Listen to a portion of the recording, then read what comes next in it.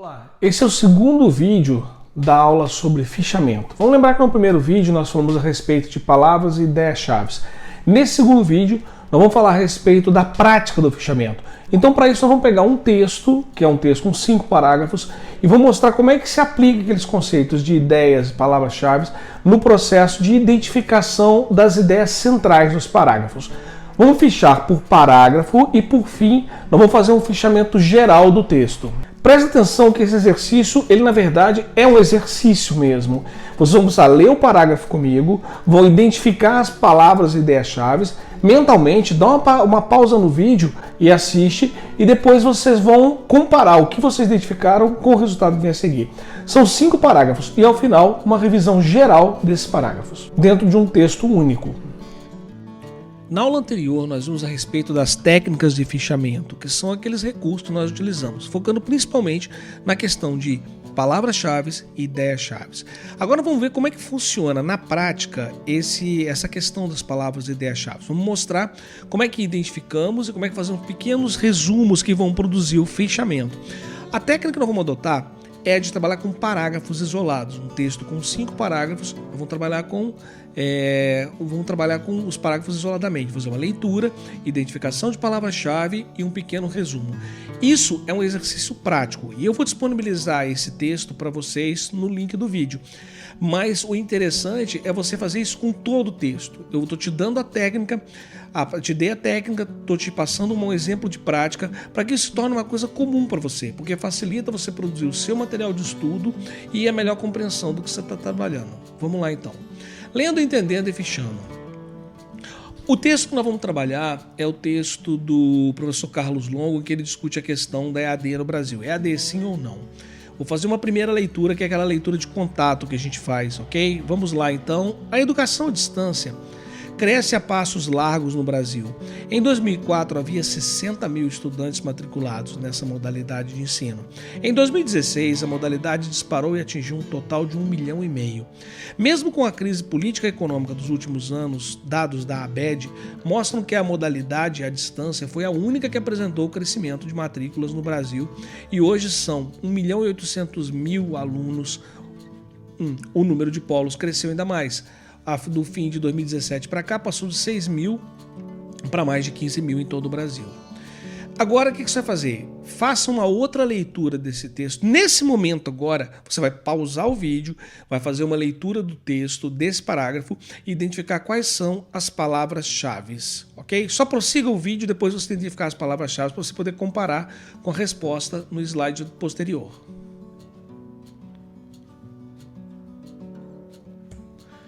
Pronto, essas são as palavras-chave. Você vai, até de repente as suas não vão bater exatamente com essas, vão bater muito, mas vão botar umas a mais ou colocou umas a menos. Mas essas palavras, elas dizem do que trata o assunto. Lembra que nós falamos que palavra-chave é aquele conceito de palavras que abordam o mesmo campo semântico, a mesma temática, é exatamente isso. Então, palavras-chave são esses pontos que a gente tem aqui e que vão permitir que a gente saiba do que se trata. Esse é o exemplo típico, ok? Que me permite resumir esse tópico, esse parágrafo em fichamento da seguinte maneira. A educação à distância cresce a passos largos no Brasil, é a ideia central.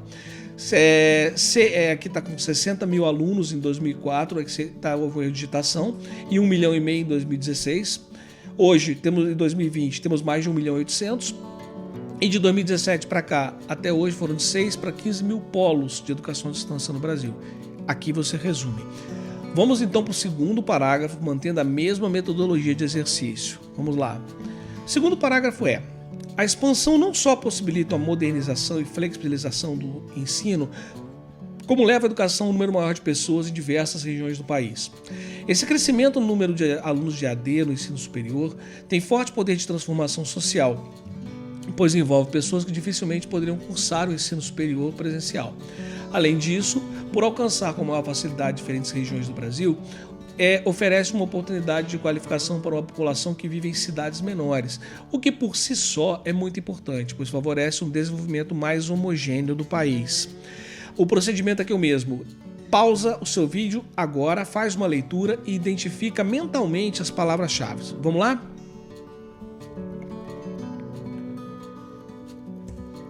Pronto, as palavras-chave são essas aqui. É o que eu falei, às vezes não bate exatamente, mas você botou uma a mais, uma a menos, mas tem que gerar em torno desse tema. Expansão, modernização, flexibilização, número de alunos, as que estão em amarelo, ok? A identificação dessas palavras-chave vão me permitir a fazer esse fichamento, esse resumo aqui, que está dizendo a expansão, a vantagem da EAD, que é a expansão permite a flexibilização e modernização, o aumento de alunos de EAD tem forte poder de mobilização social e promove um desenvolvimento mais homogêneo, porque todo mundo no país pode ter o mesmo padrão de educação. Vamos então ao terceiro parágrafo, onde eu vou fazer uma leitura de identificação, mesmo procedimento, a leitura eu vou fazer junto com vocês. Vamos lá? Primeira leitura. Porém, analisar apenas o crescimento dos números de EAD não é suficiente. Inúmeros estudos mostram que a educação superior à distância, apesar de ter grande potencial de oferta, só é benéfica se tiver qualidade. A maioria dos países tem procedimentos de acreditação ou acreditação, que é a mesma coisa, acoplados a indicadores de qualidade de maneira geral controlados pelo Ministério da Educação ou agências ligadas ao poder público, tais como o SHEA nos Estados Unidos, a ACOD da Austrália, o Instituto Latino-Americano e del Caribe de la Calidad en Educación Superior à Distância e a European Association of Distance Teaching Universities. Porém, enquanto as inovações educacionais viajam a jato, os procedimentos regulatórios andam a pé.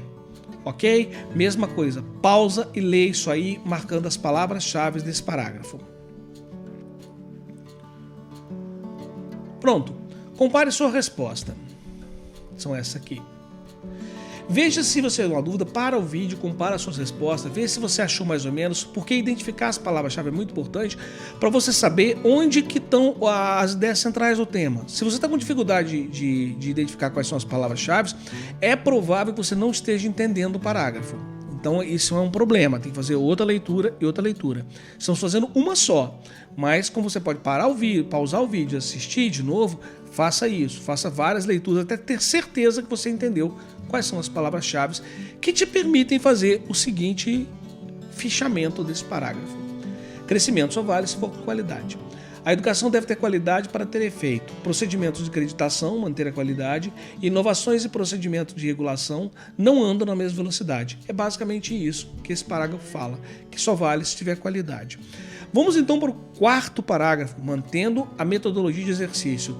Primeira leitura, pausa no vídeo, identificação de palavras-chave e um resuminho que você faz no final. Esse resuminho eu até sugiro que você faça mentalmente antes de pensar em escrever alguma coisa. Vamos fazer então nesse procedimento agora, chamando atenção para esse último detalhe. Vamos lá. O quarto parágrafo diz o seguinte: direito à enfermagem, odontologia e psicologia à distância, inclusive instituições credenciadas, depende da manifestação do Conselho Federal da Ordem dos Advogados do Brasil ou do Conselho Nacional de Saúde, e eles são contrários. Ora, não é possível ser habilitado a exercer profissões tão complexas sem a prática e a troca de experiência em sala de aula. Para isso, existe o ensino híbrido, que reúne o melhor dos dois mundos: a praticidade, capilaridade e economia do tempo e dinheiro do EAD, com a interatividade, convivência e experiência do presencial. Assim, ações de conhecimento pelo professor, como lembrar e entender, podem ser realizadas individualmente pelos alunos, por meio dos conteúdos didáticos disponibilizados no ambiente virtual de aprendizagem. Já as ações de aprendizagem tidas como intermediárias podem ocorrer em situações práticas com atividades ativas, análise de cenário e situações, fórum de discussões e interações. Bom, mesmo procedimento. Pausa o vídeo agora, para você poder ler esse texto com calma, ok? E identificar as palavras-chave. Enfim, as palavras-chave são essas.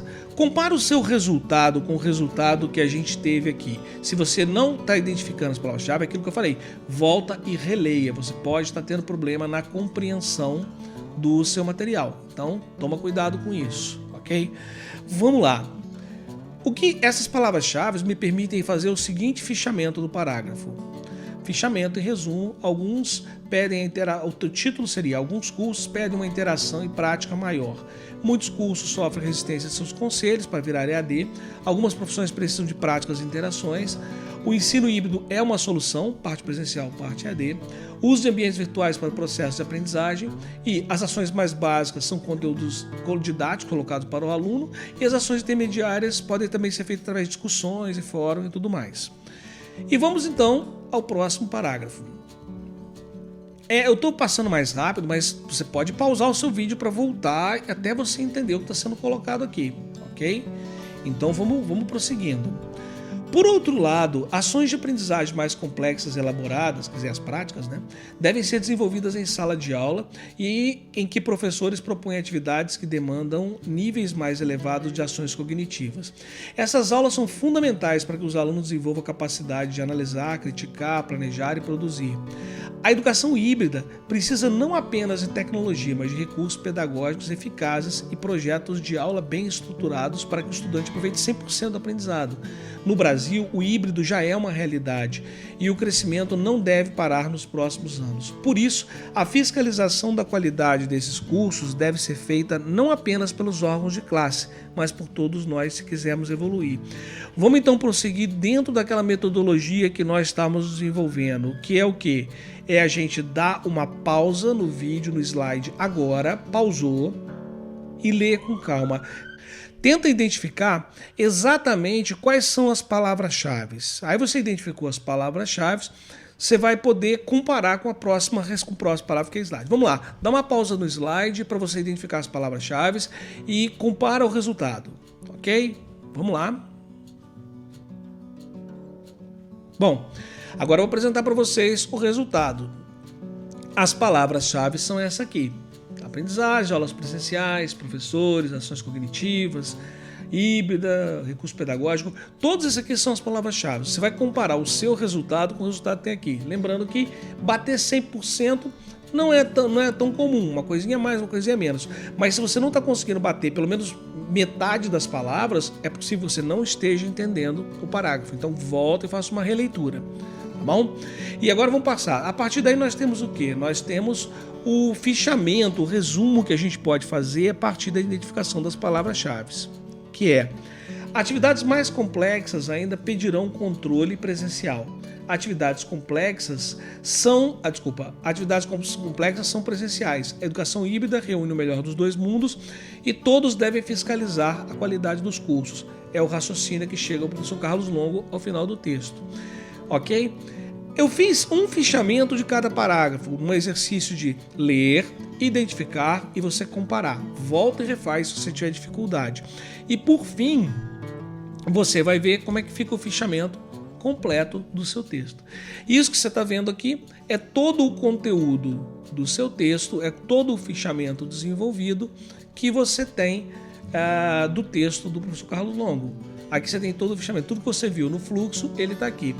É lógico que quanto maior o seu entendimento do texto, mais fácil é você fazer esse processo e menor ele fica.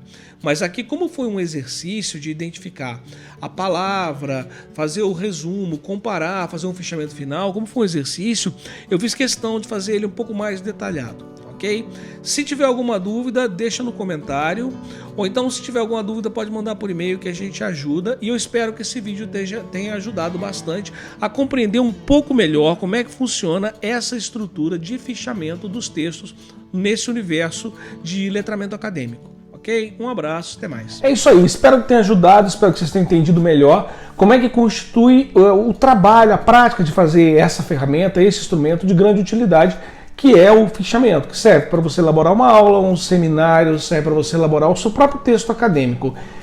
A gente sabe que não é simples, mas a gente também sabe que a prática conduz a melhores fichamentos, e melhores fichamentos normalmente são resultados de uma boa compreensão do texto e geram melhores textos de sua autoria, ok?